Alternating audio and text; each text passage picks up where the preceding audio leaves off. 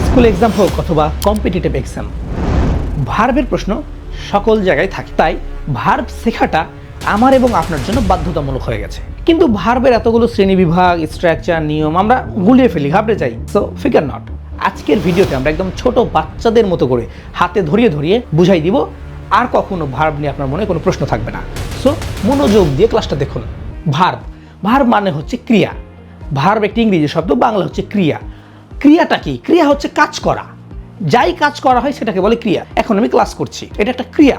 আমি হাঁটছি, কথা বলছি, খাচ্ছি, দাচ্ছি, ঘুমাচ্ছি, খেলছি, যত প্রকার কাজ আছে সেটা হচ্ছে ভার্ব। এখন ভার্ব কাকে বলে? দেখুন এখানে বলছে যে শব্দ দ্বারা কাজ করা, হওয়া অথবা কোনো অবস্থান বর্ণনা করা হয় তাকে ভার্ব বলে। কি বললো? কাজ করা, হওয়া অথবা কোনো অবস্থান বর্ণনা করে তাকে ভার্ব বলে। উদাহরণ দেখুন কয়েকটা। কাম মানে কি? আসা। গো মানে যাওয়া। সি মানে দেখা। প্লে মানে খেলা। ওয়াক মানে হাঁটা। এখন কাম আসা, যে আমি কেউ আসছে আমার দিকে, এটা কাজ না? সে তো হেঁটে আসছে, মানে সে তো পরিশ্রম করছে। গো কোথাও যাচ্ছে, সেটা তো কাজ। এখন সি দেখছে, তুমি এখন দেখছো, এখন কি ক্লাসটা দেখছো, এটাও কিন্তু একটা কাজ, এটা কাজের মধ্যে পড়ে, এটা একটা ক্রিয়া, আর এটা হচ্ছে ভার্ব। প্লে খেলা, তুমি খেলাধুলা করছো, এটা একটা কাজ। ওয়াক হাঁটছো, কথা বলছো, গান শুনছো, এটা হচ্ছে ভার্ব। অর্থাৎ যখনই কোনো কিছু কাজ করে, চলমান থাকে, সেটাই হচ্ছে ভার্ব। দ্যাটস ইট, আর কোনো প্রশ্ন নাই। সো এখন আমরা জানবো যে ভার্ব এতটা গুরুত্বপূর্ণ কেন। কেন গুরুত্বপূর্ণ? কারণ ভার্ব ছাড়া কোনো সেন্টেন্স গঠন হয় না বা সেন্টেন্স তৈরি করা যায় না। ওকে, ভার্ব ছাড়া কোনো সেন্টেন্স তৈরি করা যায় না। আমরা জানি যে একটি ইংরেজি সেন্টেন্সের বেসিক এবং ফান্ডামেন্টাল স্ট্রাকচার হচ্ছে সাবজেক্ট প্লাস ভার্ব প্লাস হচ্ছে অবজেক্ট। এটা হচ্ছে কি একটি সেন্টেন্সের বেসিক ফান্ডামেন্টাল স্ট্রাকচার। এখন যদি কোনোভাবে অবজেক্ট না থাকে, সেন্টেন্স তৈরি হবে। সেন্টেন্স তৈরি হবে এবং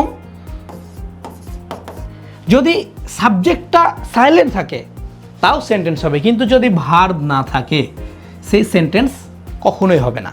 কখনোই না, না মানে না, দন্ত্য নয়াকারে না। এখন কিভাবে সেটা হবে না, এখন আমরা সেটাই দেখব। এখন উদাহরণস্বরূপ আমরা বলতে পারি যে they play football.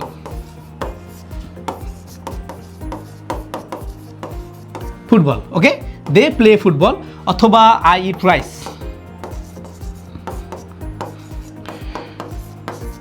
They play football মানে তারা ফুটবল খেলে। এখন এখানে ভার্ব হচ্ছে প্লে। এখানে আই ইট রাইস, আমি ভাত খাই, এখানে ভার্ব হচ্ছে ইট। এখন দেখুন তো, যদি আমি এই প্লেটা বাদ দিয়ে দেই তাহলে কি হচ্ছে? দেই ফুটবল, তারা ফুটবল। এটা কোনো কথা হলো? তারা ফুটবল। এখন যদি আমি এখানে ইটটা বাদ দিয়ে দিই তাহলে আই রাইস মানে আমি ভাত। তাহলে কোনো একটা বাক্য গঠন করার ক্ষেত্রে বা সেন্টেন্স গঠন করার ক্ষেত্রে অবশ্যই ভার্ব প্রয়োজন। ওকে, কি প্রয়োজন? ভার্ব প্রয়োজন। এখন আমরা দেখব ভার্বের শ্রেণী বিভাগ। ভার্ব কত প্রকার ও কি কি? ভার্ব সাধারণত দুই প্রকার। কি কি? প্রথমে আমরা আগে ভার্ব লিখি, যেহেতু আমরা ভার্ব নিয়ে ক্লাস করছি। ভার্ব, সরি আমি পেন সিলেক্ট করি নাই। ভার্ব কত প্রকার? দুই প্রকার। একটা হচ্ছে ফিনিট। কি? ফিনিট, FINIT, ফিনিট ভার্ব। একটা হচ্ছে নন ফিনিট।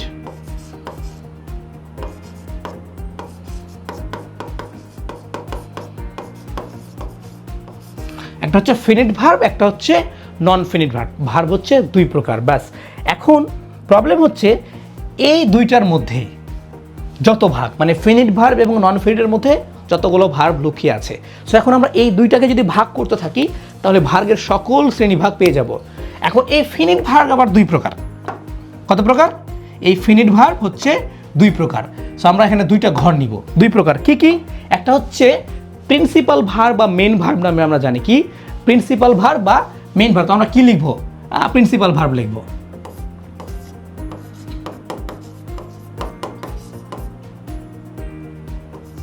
Principal verb. দুই নম্বর হচ্ছে অক্সিলারি ভার্ব।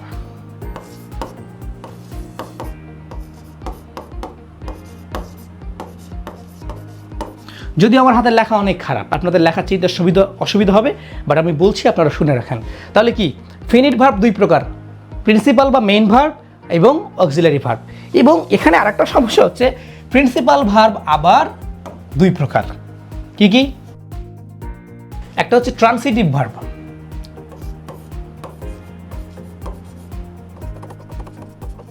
এটা হচ্ছে intransitive verb, ITIVE, intransitive verb. Okay, তাহলে এখান পর্যন্ত কি আসলো? ভার্ব দুই প্রকার, finite verb, non finite verb. Finite verb দুই প্রকার, প্রিন্সিপাল ভার্ব এবং অক্সিলারি ভার্ব। প্রিন্সিপাল ভার্ব দুই প্রকার, এটা চলে গেল ফিনিট ভার্বের। এবার আসছে কি? নন ফিনিট ভার্ব। এবার কি আসছে? নন ফিনিট ভার্ব আসছে। এখন আমরা নন ফিনিট ভার্ব সম্পর্কে জানবো। নন ফিনিট ভার্ব হচ্ছে তিন প্রকার। কি প্রকার? কত প্রকার? তিন প্রকার। আমরা তিনটা ঘর নিব। ওকে, যেহেতু তিনটি প্রকার ঘর। কি রে বাবা? হ্যাঁ, ওকে। সো নন ফিনিট ভার্ব হচ্ছে তিন প্রকার। কি কি? এক নম্বর হচ্ছে জেরান্ড ভার্ব, জেরান্ড ভার্ব। দুই নম্বর হচ্ছে ইনফিনিটিভ ভার্ব, ইনফিনিটিভ ভার্ব। তিন নম্বর হচ্ছে পার্টিসিপল ভার্ব। ওকে, সো আমরা কি পেলাম? নন ফিনিট ভার্ব হচ্ছে তিন প্রকার, জেরান্ড ভার্ব, ইনফিনিট ভার্ব এবং পার্টিসিপল ভার্ব। এখানে আরেকটা অবাক করার বিষয় হচ্ছে পার্টিসিপল ভার্ব আবার হচ্ছে তিন প্রকার।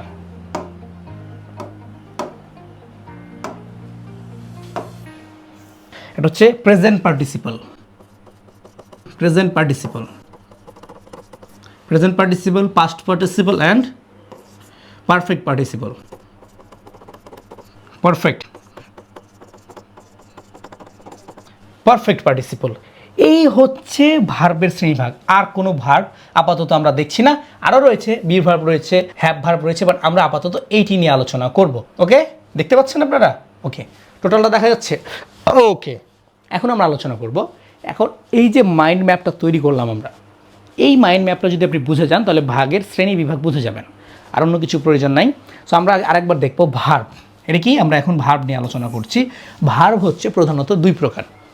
প্রথমে হচ্ছে ফিনিট ভার্ব, তারপরে হচ্ছে নন ফিনিট ভার্ব। দুইটা মনে রাখবেন, ভার্ব দুই প্রকার, finite verb, non finite verb. এখন এই দুইটার মধ্যেই যত ভার্ব রয়েছে। ফিনিট ভার্ব আবার দুই প্রকার, একটা হচ্ছে প্রিন্সিপাল ভার্ব বা মেইন ভার্ব নামে জানি, আর দুই নম্বর হচ্ছে অক্সিলারি ভার্ব। এখন এই প্রিন্সিপাল ভার্ব আবার দুই প্রকার, একটা হচ্ছে ট্রান্সিটিভ ভার্ব, একটা হচ্ছে ইনট্রান্সিটিভ ভার্ব। এখন এটা ফিনিট ভার্বের পর্ব, এই জায়গা থেকে এটা শেষ। ওকে, এখন আমরা নিচ থেকে আসবো কি? নন finite verb. Non finite verb হচ্ছে তিন প্রকার, একটা হচ্ছে জেরান্ড ভার্ব, একটা হচ্ছে ইনফিনিটিভ ভার্ব, একটা হচ্ছে পার্টিসিপল ভার্ব। এখন এই পার্টিসিপল ভার্ব আবার তিন প্রকার। কি? প্রেজেন্ট পার্টিসিপল, পাস্ট পার্টিসিপল এবং পারফেক্ট পার্টিসিপল। আপনি যদি এই ছকটা মুখস্থ করে ফেলেন, ভার্বের শ্রেণী বিভাগটা আপনি বুঝে যাবেন। এখন আমাদের এই প্রত্যেকটি ভার্বের স্ট্রাকচার দেখতে হবে, সেন্টেন্স গঠন দেখতে হবে। এটা এক ভিডিওতে সম্ভব না, কারণ এক ভিডিওতে বলতে গেলে আপনার মাথার সবগুলো চুল উঠে চলে যাবে, আপনার আউল বাউল শুরু করে দিবেন। আমরা 2 থেকে 3টা ভিডিওতে পুরো ভার্বটা ক্লিয়ার করে ফেলবো। আজকে জাস্ট এর শ্রেণী বিভাগটা আপনাদেরকে বোঝালাম। কালকের ক্লাসে অর্থাৎ সেকেন্ড ক্লাসে আমরা এই ফিনিট নন ফিনিট ভার্বের মতো যতগুলো আছে সবগুলোকে বোঝার চেষ্টা করব।